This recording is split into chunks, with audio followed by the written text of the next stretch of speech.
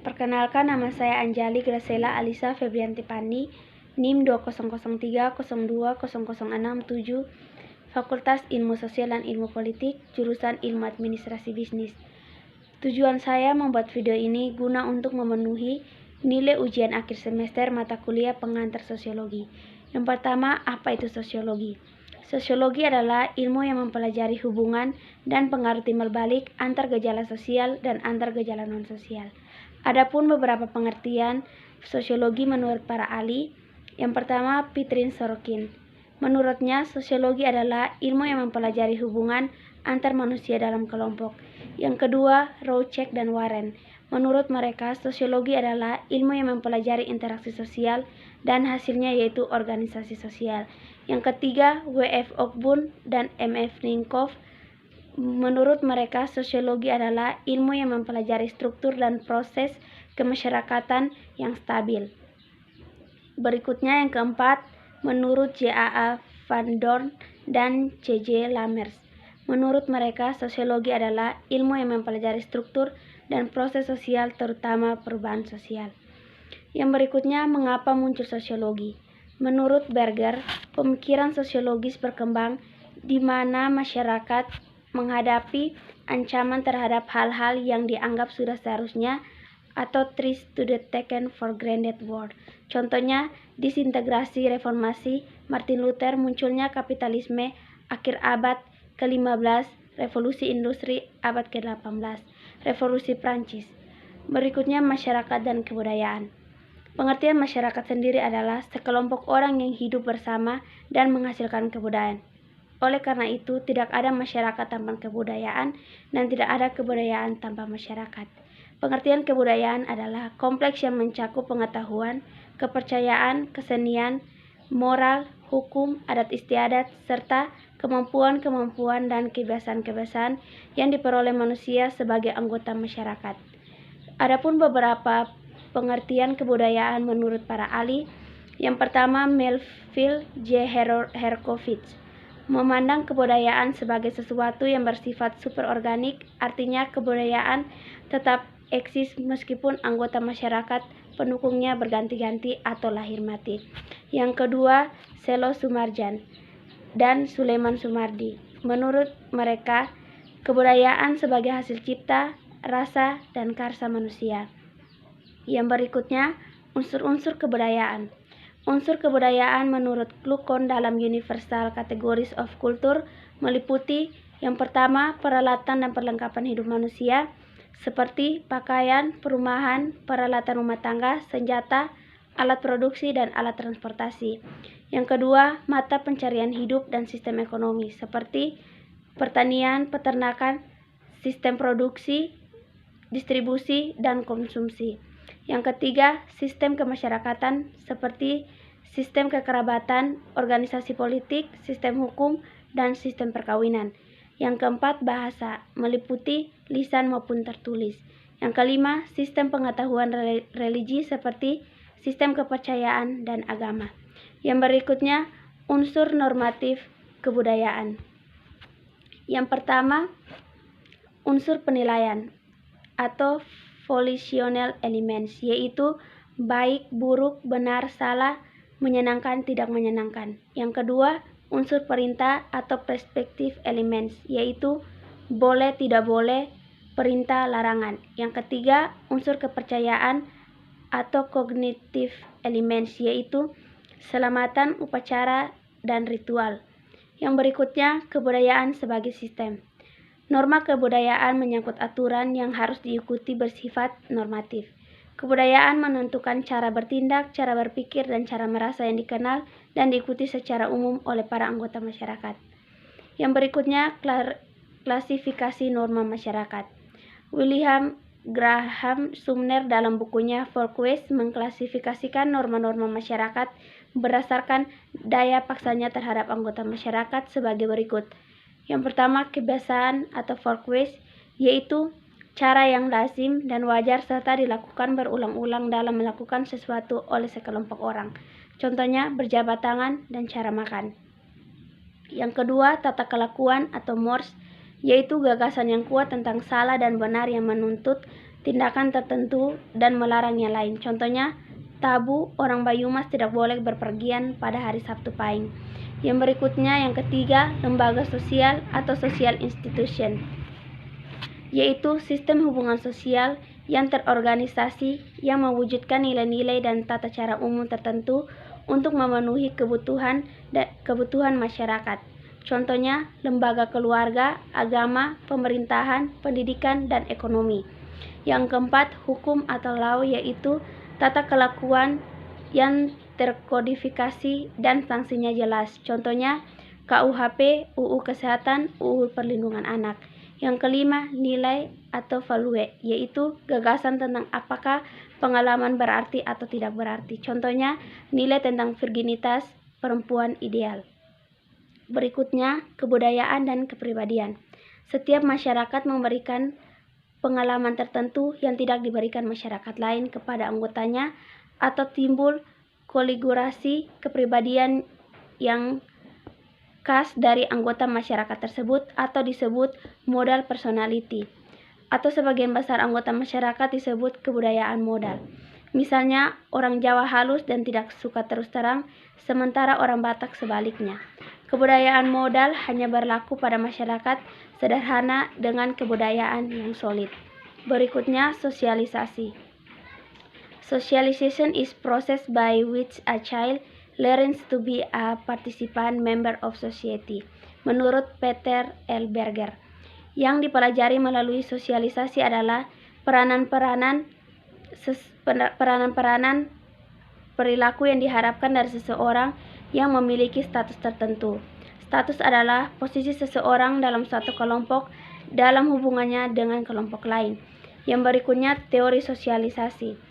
Menurut George Herbert Mead, sosialisasi adalah setiap anggota baru masyarakat harus mempelajari peranan-peranan yang ada dalam masyarakat atau pengambilan peran, role taking. Dalam proses ini, orang belajar mengetahui peran yang harus dijalankannya dan yang harus dijalankan oleh orang lain. Berikut tahap-tahapnya, yaitu tahap bermain atau playtake. Pada tahap ini, seseorang menirukan berbagai peran dari ayah, ibu, dan guru. Yang berikutnya, tahap permainan atau game stage. Pada tahap ini, anak sudah tahu peran yang harus dijalankannya dan peran orang lain. Yang berikutnya, tahap pengambilan peran atau role taking. Pada tahap ini, anak sudah dapat mengambil peran orang lain atau generalisis orders. Yang berikutnya, teori sosialisasi 2. Menurut Charles Horton Cooley, konsep diri atau self-concept, yaitu seseorang berkembang melalui interaksinya dengan orang lain atau looking glass self. Diri seseorang menentukan apa yang dirasakannya sebagai tanggapan masyarakat terhadapnya. Tahap-tahapnya, persepsi kita tentang bagaimana kita dipandang orang lain, persepsi kita tentang penilaian mereka mengenai bagaimana kita dipandang orang lain, perasaan kita tentang penilaian-penilaian tersebut. Berikutnya, agen-agen sosialisasi.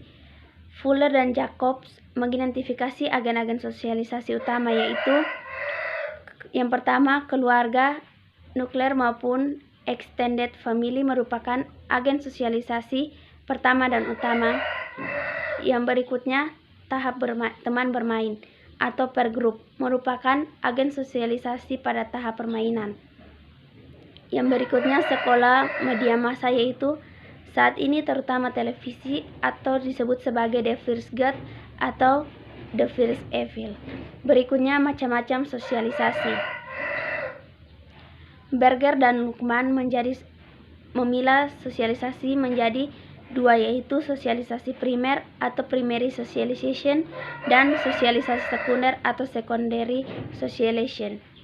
Pengertian sosialisasi primer sendiri yaitu sosialisasi pertama yang dijalani individu semasa kecil melalui di mana dia menjadi anggota masyarakat. Pengertian sosialisasi sekunder sendiri yaitu proses berikutnya yang memperkenalkan individu yang telah disosialisasi ke dalam sektor baru di dunia objektif masyarakatnya. Berikutnya, pola-pola sosialisasi. Jaeger memilahnya menjadi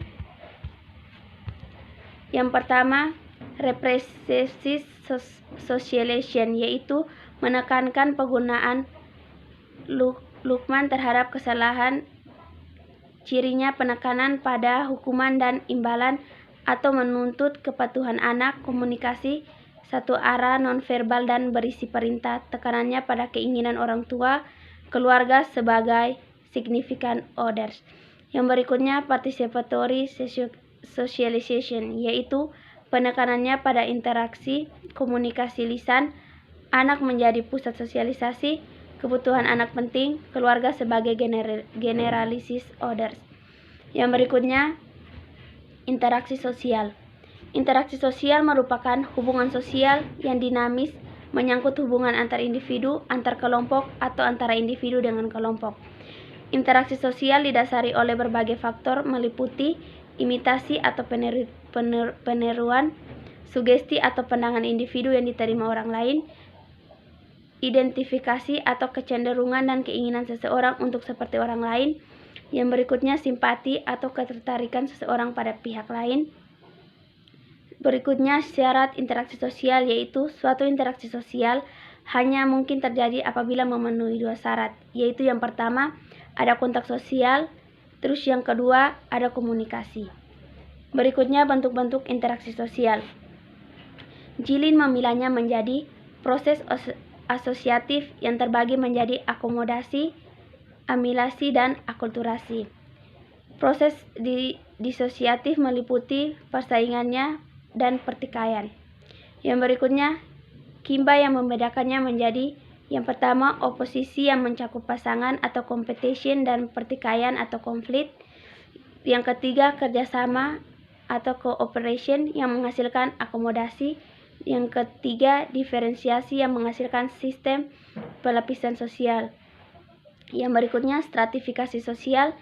Stratifikasi sosial adalah perbedaan anggota masyarakat berdasarkan status yang dimilikinya atau kelas sosial. Kelas sosial merupakan subkultur yang memiliki sikap, kepercayaan, nilai, dan norma perilaku yang berbeda dibanding kelas sosial lainnya, atau ditentukan oleh kedudukan sosial ekonominya dalam masyarakat atau kekayaan, penghasilan, pekerjaan, pendidikan, identifikasi diri, keturunan, partisipasi kelompok, dan pengakuan orang lain. Yang berikutnya macam-macam stratifikasi. Berdasarkan cara memperoleh, status yang diperoleh, usia umumnya adalah putra tata sistem senioritis dalam pekerjaan, jenis kelamin. Yang berikutnya dimensi stratifikasi sosial. Karl Marx dimensi ekonomi, Max Weber dimensi ekonomi, sosial, dan politik. Mengapa terjadi stratifikasi? Stratifikasi memang dibutuhkan demi kelangsungan hidup masyarakat. Stratifikasi timbul karena dalam masyarakat berkembang pembagian kerja yang memungkinkan terjadinya perbedaan kekayaan, kekuasaan, dan prestis. Apa dampak stratifikasi? Perbedaan stratifikasi menyebabkan perbedaan gaya hidup, perilaku, seperti pakaian, perabotan, hiburan, makanan, minuman, lukisan, musik, permainan, dan kegiatan. Yang berikutnya stratifikasi dan peluang hidup. Dalam buku Class, Status, and Power, Bendix dan Lipset menerangkan berbagai pemikiran tentang perbedaan perilaku kelas. Perbedaan kelas melahirkan perbedaan yang pertama, fertilitas atau non-stent, yaitu tingkat harapan hidup bayi waktu lahir. Yang kedua, kestabilan keluarga. Yang ketiga, kesehatan modal.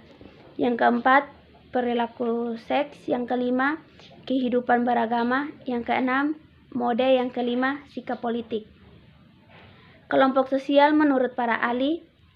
Yang pertama, menurut Ferdinand Tönnies memilah kelompok menjadi Gemeinschaft community yang terdiri dari Gemeinschaft of life, Gemeinschaft of blood, Gemeinschaft of place, Geometry of Mind, Geometry atau Society.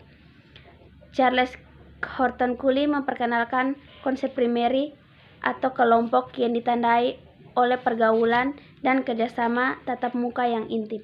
Sementara Ellsworth Faris menciptakan konsep secondary group.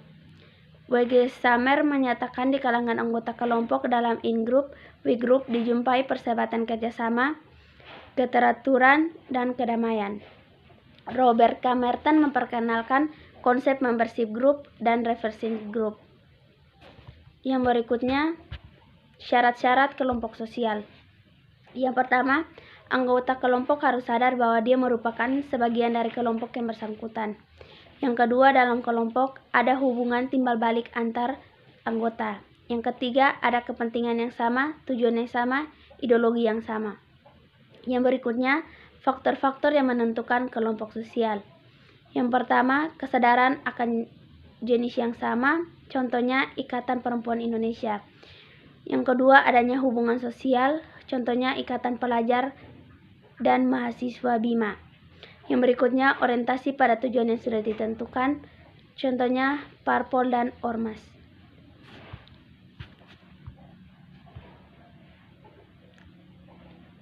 Berikutnya, institusi sosial. Menurut Surjono Sekoto, institusi sosial merupakan himpunan norma-norma dari berbagai tingkatan yang berkisar pada suatu kebutuhan pokok di dalam kehidupan masyarakat atau lembaga kemasyarakatan. Bentuk institusi sosial menurut Sujono Sukanto merupakan bentuk konkret, yaitu asosiasi, contohnya bentuk khusus peraturan, perkelahian, dan persyaratan akademis yang berlaku di beberapa universitas. Yang berikutnya bentuk abstrak, yaitu institusi, contohnya serangkaian norma pendidikan yang tinggi yang bersifat umum. Yang berikutnya, sistem norma. Sistem norma adalah penampilan dari suatu orientasi nilai budaya tertentu yang menghasilkan berbagai tingkatan norma berdasarkan kekuatan yang mengikatnya. Jilin memilah sistem norma menjadi yang pertama cara, kebiasaan, tata kelakuan, dan adat. Pengertian cara yaitu norma yang paling lemah karena tanpa sanksi masyarakat, contohnya cara makan atau minum. Yang kedua, kebiasaan. Kebiasaan umum yaitu perbuatan berulang yang diikuti banyak orang, contohnya menghormati orang tua. Yang ketiga, tata kelakuan merupakan norma pengatur sanksi lebih tegas dan keras sehingga memunculkan rasa bersalah bagi yang melanggar. Contohnya, larangan pergaulan bebas. Yang keempat, adat, yaitu norma yang paling kuat karena memberikan sanksi moral, berdosa, dan sanksi masyarakat. Dapat dihukum dengan beragam hukuman yang terberat. Contohnya, larangan kumpul kebo. Demikian presentasi yang bisa saya sampaikan. Kurang lebihnya saya mohon maaf. Terima kasih.